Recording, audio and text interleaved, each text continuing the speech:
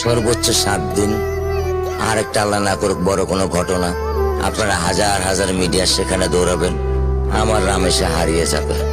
তার 15 দিন পরে বা 1 মাস পরে বা 5 মাস পরে আইনের ফাঁক ফোকর দিয়ে কোনো না কোনো ভাবে উনি জামিনে বের হয়ে আসবে। এইটাই তো আমাদের সমাজের চরিত্র। কত কোটি আইন করবেন, কত বড় আইনের বই বানাবেন, যদি আইনের প্রয়োগ না করতে পারেন। ওর জীবনে এমন কোনো চাওয়া নাই যেটা আমি পূরণ করি নাই। পরশুদিন বলছে, বাবা আমার একটা বোরকা কিনে দাও।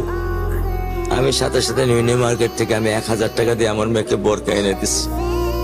আমি দরিদ্র, ভাঙা বাসায় থাকি, কিন্তু আমার সন্তানদেরকে আমি কখনোই দারিদ্রতা স্বাদ পেতে দেইনি। আমার স্যান্ডেলটা দেখেন 3 বছর পুরাতন ছেঁড়া, কিন্তু আমি আমার স্যান্ডেলটা পাল্টাই না, সেলাই করে নেই।